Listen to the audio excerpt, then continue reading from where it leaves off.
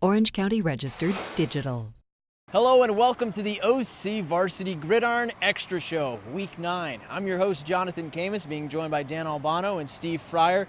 Yeah, that's a long gaze you're giving me, Steve. You're excited about being here in Mission Viejo. I know. I like my Diablos, man. I like this We place. took the Mission Mobile down to the field. Coach Bob Johnson was gracious enough to hand us over the keys All we need to his is car. Harvey up in the PA booth, you know. Harvey Ullman. Call the plays, You could say Harvey, he is one of the best public address announcers at a game, total pro, and the Mission's very lucky to have Harvey. He's been here a long time, and he is sounds, the golden voice is still strong after all these years. Hey, we're talking football. Mission Viejo, they're playing their last regular season game against El Toro. The Chargers are coming off a victory in which they scored not 1, not 2, not 3, but 74 points. That's a lot. Mission Viejo is, of course, riding high. I think they've won 7 games in a row after losing their first 2. This, on paper, could be a real good matchup, but Mission's had El Toro's numbers the last couple of years, especially on the defensive side of the ball. Yeah, they know how to handle that El Toro passing attack, which is, very speedy, no huddle, a lot of bubble screens, then they'll heave it deep once in a while. It seems like Mission knows how to handle the lanes, and that's what you got to do. You got to cover those passing lanes, cover those routes like that. Mission does a really good job like that. And that 74 points they had last week, I don't know how many 3-point shots those guys hit, but man, it was Coach Todd Dixon's El Toro basketball team might have trouble putting up the 74 like those guys did. Yeah, that's certainly right. Hey, Dan, how do you handicap this one? El Toro can score with the best of them, but Mission can too. Yeah, I think this is a good matchup. I think it's a pretty, scary game for Diablos because, El Toro is a tough team to play. I mean, they play so fast.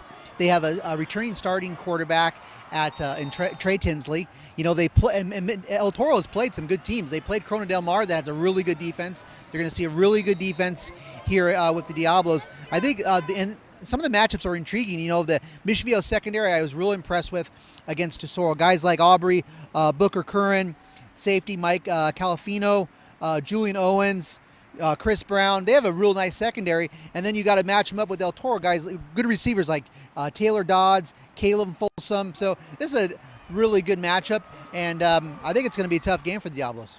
All right, that's what the experts think. Let's go and hear what the Diablos have to say. They started off 0-2. How did they recover? Well, when we lost, we were just like, whoa, like this never happens at Mission. So we really just sat down as a team and kind of just talked. We were like, hey guys, look, like we need to step it up. This is not what Mission is about. We just kind of finally came together as a team. Started playing as brothers, as one. And I think from that, just been able to carry it on week after week. Well, truthfully, we didn't have many returning stars this year. We were really young. We didn't really mesh well at the beginning of the year, but after the first couple of losses, we knew we weren't playing Mission football, and we just brought it together and started playing as a team. A rough beginning, and we're not used to it, and luckily our kids aren't used to it, and they didn't like it. So we've slowly turned it around a little bit and got a chance to do something special again Thursday night. So we're looking forward to it. Our thanks to the Mission Viejo staff and players. Steve, the West Valley Division, Mission Viejo, ranked there number 2 behind Upland. This division is pretty tough. You got Tesoro and Edison in it. How do you handicap this playoff going early on here? Yeah, it's a couple weeks away from the playoffs, Jonathan, and it's an interesting division. The South Coast League and the Sunset League from Orange County moved out there in that West Valley division. A lot of good schools in that Temecula area out there, and also you've got the baseline schools with Upland and that sort of thing, and Chino Hill, some really good teams in this division. A lot of teams that have been in the state top 25, and also in our SoCal top 20 here and there.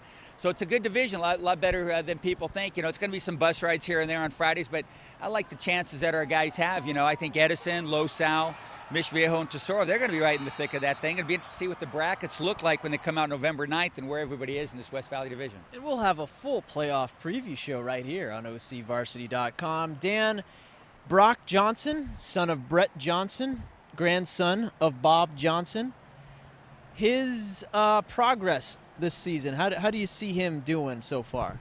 I've been really impressed. I think he really kind of came of age against Tesoro. He led them in that last 7 minutes of the game, let them down for the winning field goal with about 30 seconds left. Corey Seibert kicked that about 29-yard field goal. Brock was coming up huge, some third down conversions. He was scrambling, pressured.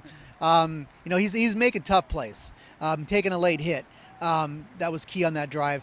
And it's pretty surreal for me to watch it as somebody who's been around Orange County long enough. I saw Brett play, saw Rob play, seen Bob coach at El Toro where Brett and Rob played. It's just, and then now you see Brock come along. He's a junior, and it's pretty amazing for the Johnson legacy of Orange County. I think when it's all said and done, I mean, people are, when you're going to talk about Orange County football, 25, 50 years from now, I mean, the Johnsons are going to be really on that, Mount Rushmore. Who else can you get, that much coaching success with, the two sons, a grandson. I mean, it's pretty unbelievable. And there's some younger kids running around the sideline, so we might not be down for the Johnsons for a while. We're going to have to stick around. They're giving us a lot to write about. Hey, we know who makes the Mount Rushmore of OCVarsity. These three guys right here. Who would be the next guy, though? Who's the missing fourth man? Well, the late, great Dave Osterman. And speaking of Brett Johnson, Dave always told me Brett Johnson's the best high school quarterback you ever covered, and if Dave Osterman said that, that's good enough for me. I'm just glad you didn't say Damian Calhoun. All right, guys, we love you, Damian. No, we really do. DC. Yeah, that's right. Hey, Dan Albano, thank you. Thank you, Steve Fryer. That's the OCVarsity And Gridiron. thanks, Damian Calhoun. Maybe not. That's the OCVarsity Gridiron Extra Show. Thanks to Mission Viejo. Check out OCVarsity.com where we've got you covered. Orange County Register. We are here in the service of Orange County.